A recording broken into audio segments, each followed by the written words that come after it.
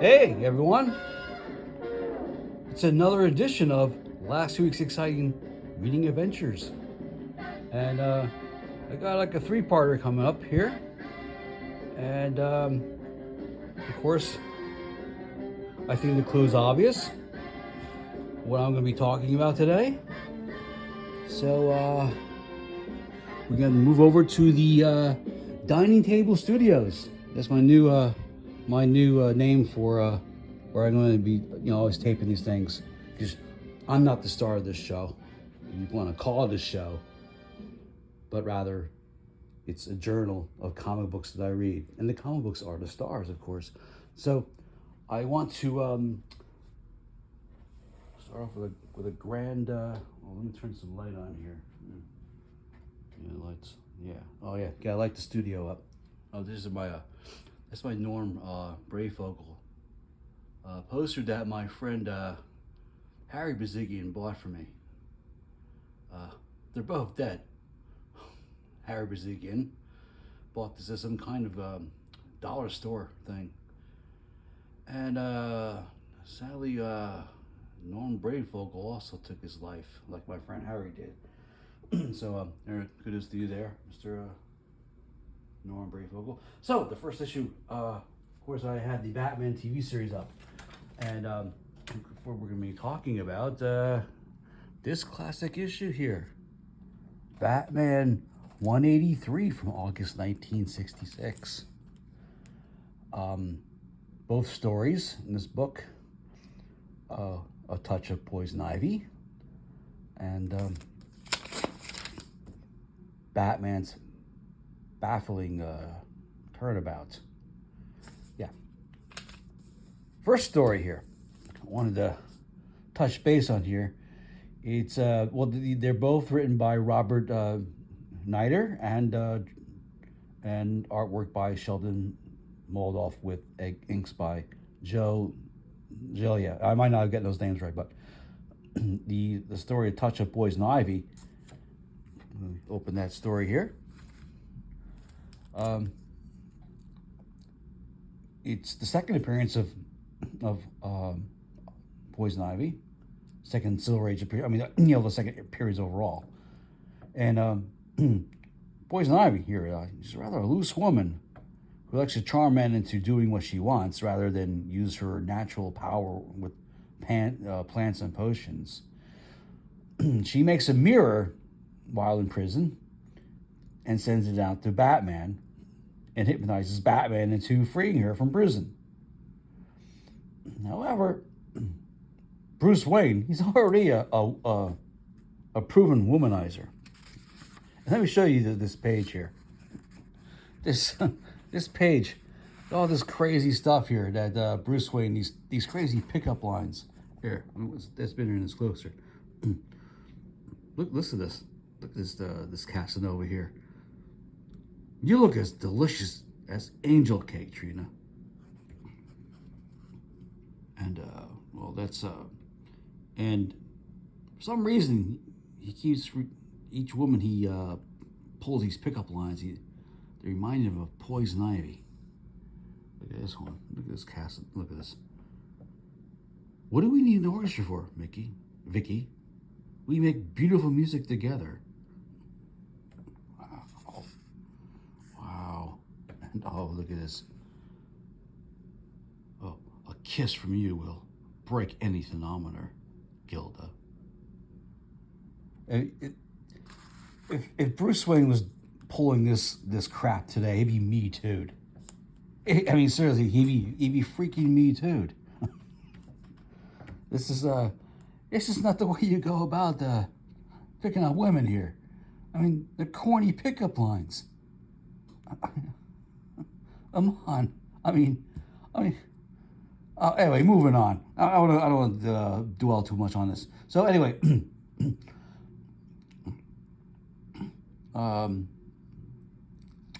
me see.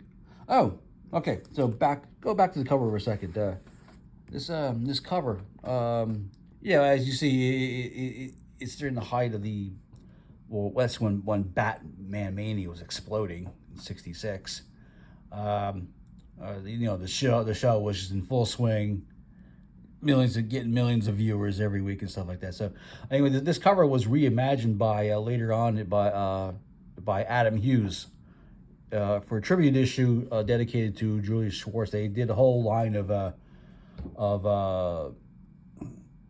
homages of the old '60s Silver Age era, which was Julius Schwartz was famous for heralding in, including Harlan Ellison did a story for one of those books, which I have signed somewhere, but I wanted to get that out of the way. Where they're using the Batman TV series, but the new cover, the 2002, 2004, when those homage books came out, the Batman animated series was just starting out.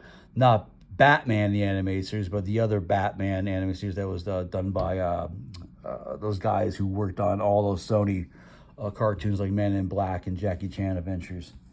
I know the guy's first name is Dwayne. I can't remember his last name. He was the producer of that. Okay, so staying on this cover has more to do with the second story, the second feature, rather than the Poison Ivy story. I don't think Poison Ivy was that interesting a character. She does remind me of the Uma Thurman version, though. I mean, it's pretty much played out where she's just kissing guys and making them do their bidding with her hypnotic lipstick or eyelash or blush, whatever. That seems to win them over. And here's the mirror that Batman gets from her. Oh, that's so sweet of you, Poison Ivy. You are reforming. Pretty soon we'll have to elope together somewhere. Some great artwork by Sheldon Spike Mordoff here. I kind of appreciate this work. This is a nice condition too. This book is. I got all these books that we talk about today from a dealer from Huntington Beach called Cal Burke. Only paid $25 for this one. So here's the story here. Batman's baffling turnabout.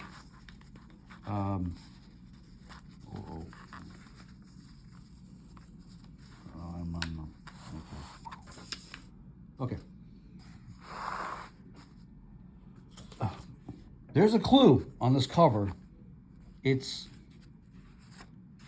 Batman basically gets captured. Him and Robin are they're doing their usual routine drug busting around the docks, and somehow the mastermind of the gang plots Batman, manages to snare Batman in some kind of gooey netting, probably lined with tuna scum or something, and he traps Batman. Meanwhile, this other guy goes off and impersonates Batman, and as you see, the Batcave scene is reenacted here, as was in the cover.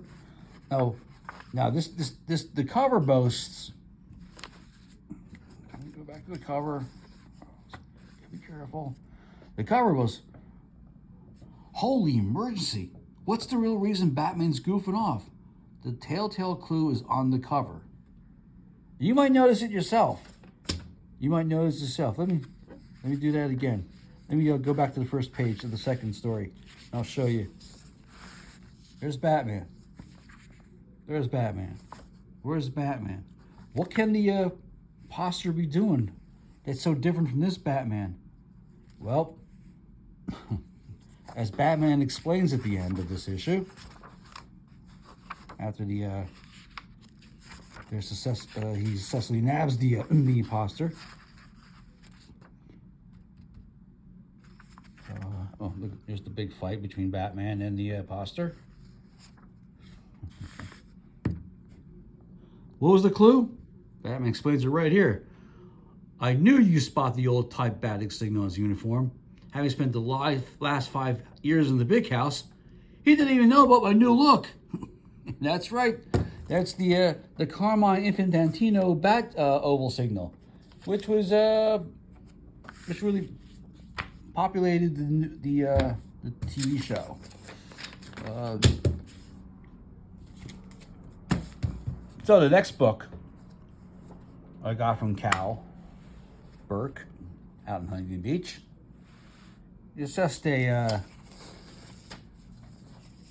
occasionally DC would turn, when take a little break from it all, they'd take a bunch of old inventory stories and put them up in a giant edition, which was pretty great if you had subscription to a DC comic in that era of 1972 to 75.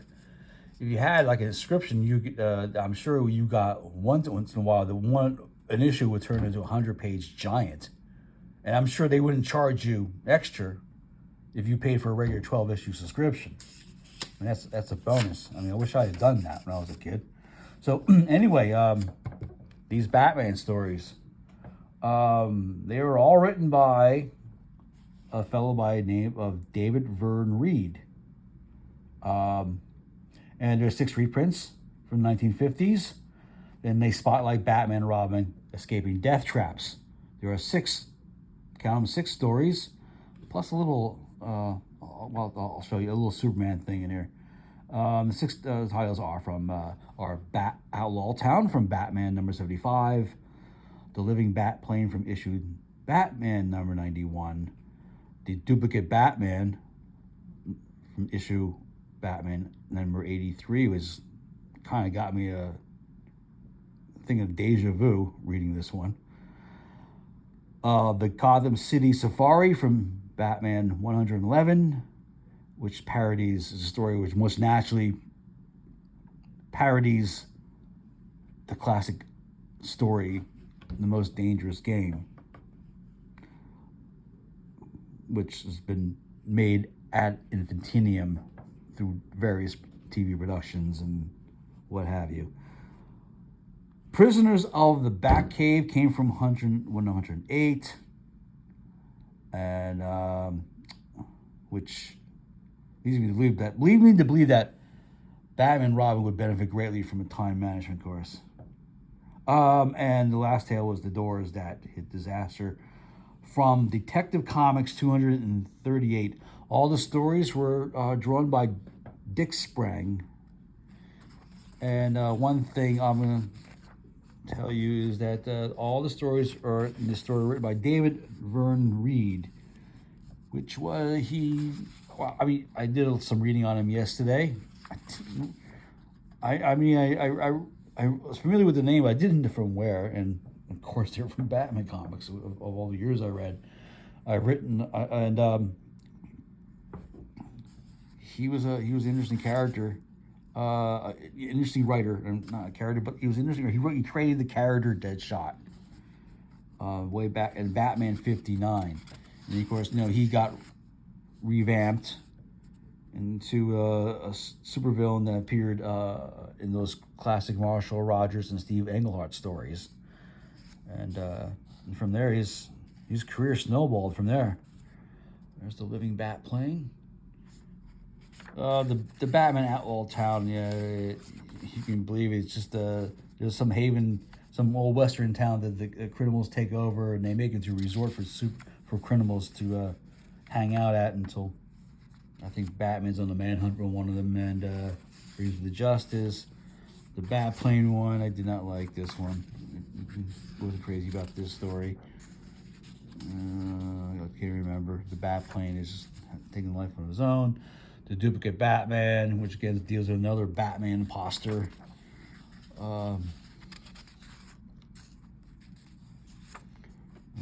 Just another, this guy's, I don't know.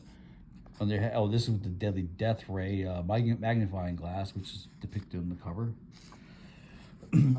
Here's an interesting thing. Here's a Superman preview for what's ahead for 1971.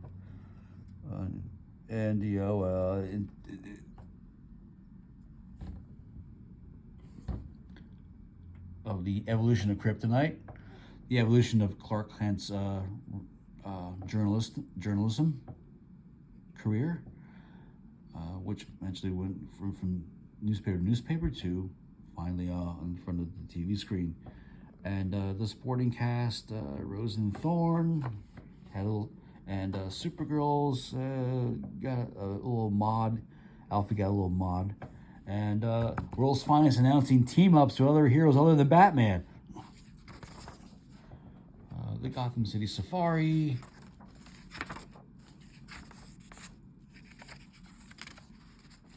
The Prisoners of the Batcave. I really like this story. It's only appearance of any supervillain, well, on the statue here.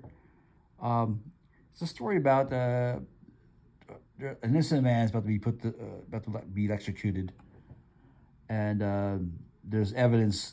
Batman knows of evidence that can prove his innocence, but he's got to get him in time before the switch is pulled.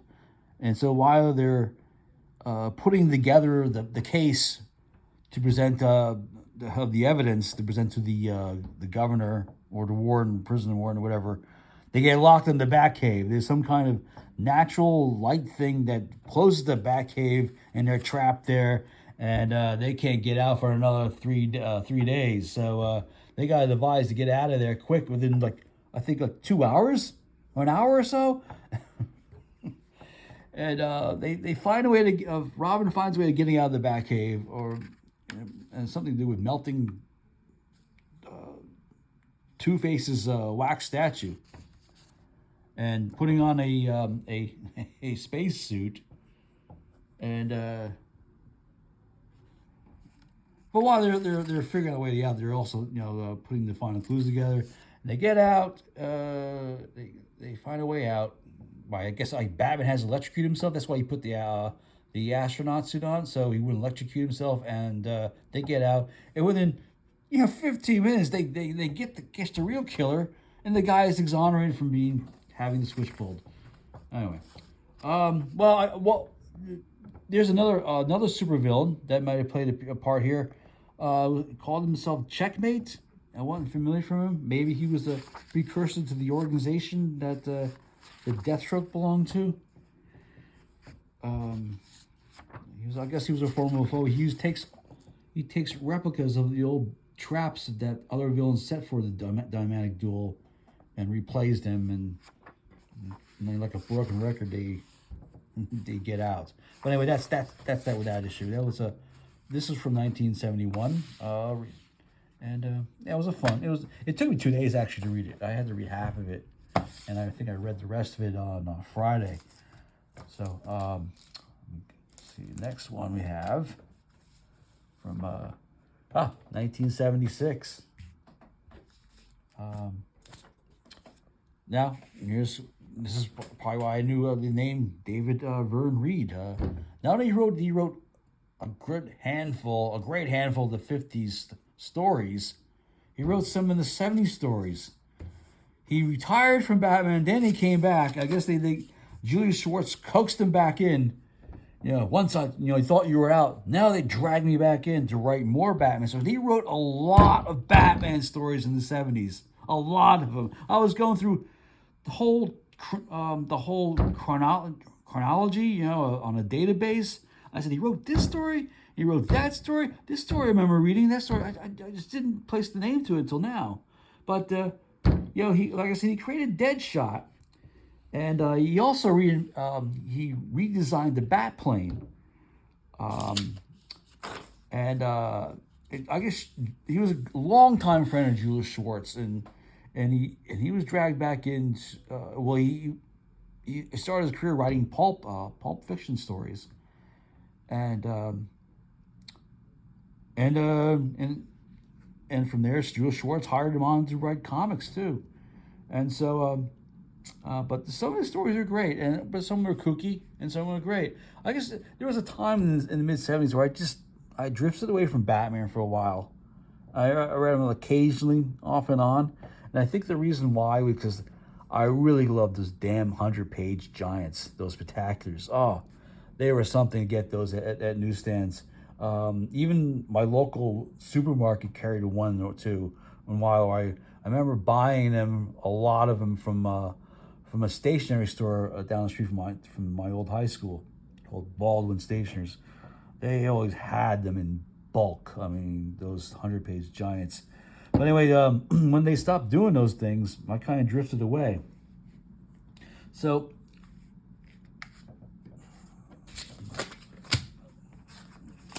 my notes are as well.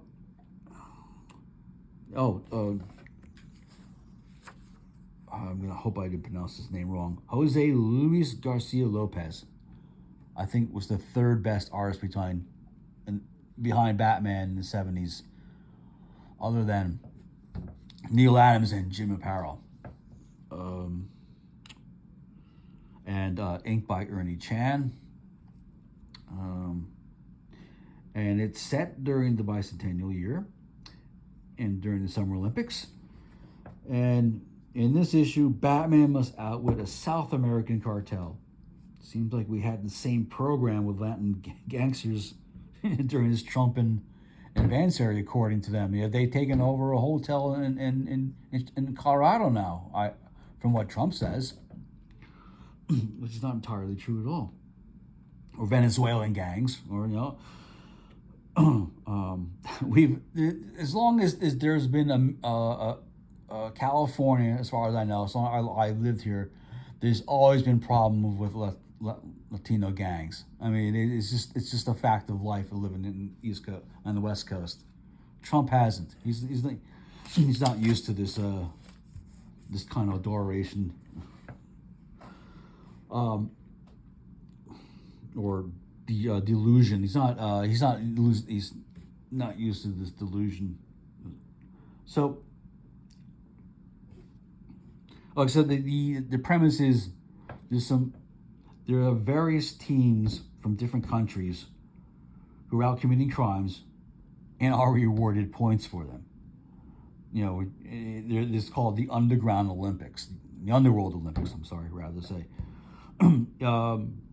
You're rewarded points for completing, for executing the crime, robbery, whatever, hiding a dead guy. But you're subtracted points if you're captured by Batman. So the South American total points team, they pull out a really clever plot, but Batman came and broke them up within 2 seconds flat, and they scored only a 20 out of a possible 100 points. So,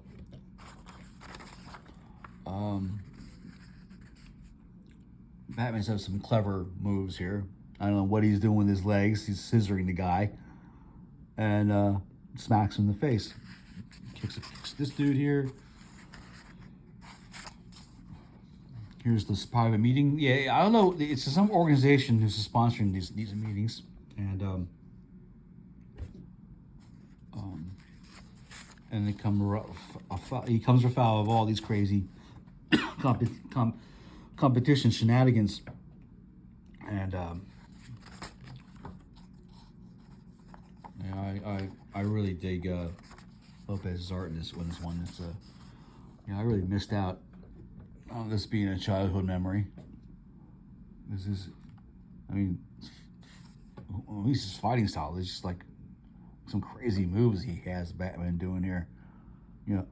Knee to the freaking face for the guy who can reach his machete, and while he's dispatching the guy, a nice kick in the chest to that dude, and they're both out, man. Somehow,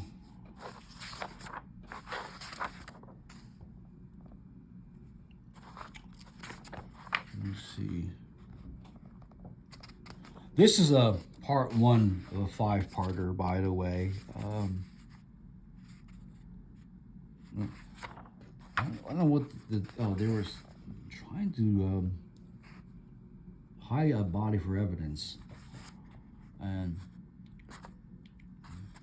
here's the guy, the master criminals at the tote board. They scored. So much for the South American team. They scored only 20 points. Let's see who gets them better. Following is part 2. in a story called "The Bank Shot That Baffled Batman." There's the opening. Just reflect the cover, the opening page. This scene doesn't even happen in the story, so. Now Batman's got to deal with European underworld Olympic teams. And they managed to score 50 points. They're going to be up ahead of the South American team because their execution of a crime was more creative. I mean, come on, look. They got Batman tied to a cannon, for cripe's sakes. And this cannon was assembled in a bank vault so the gang can blast their way through the bank vault for their getaway. This issue, in addition to Batman, features an interesting oh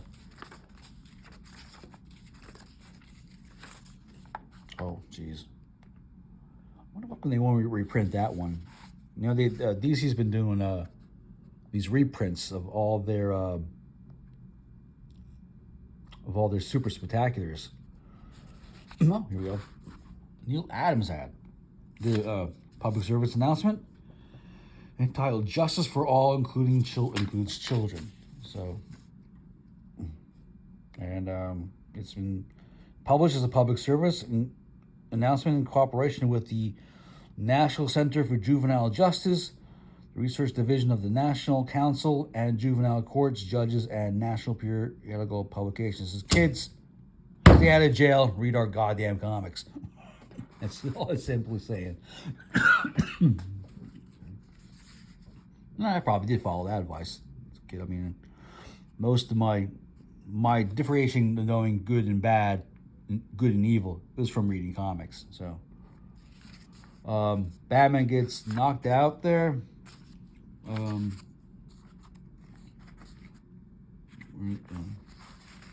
Oh, here they are.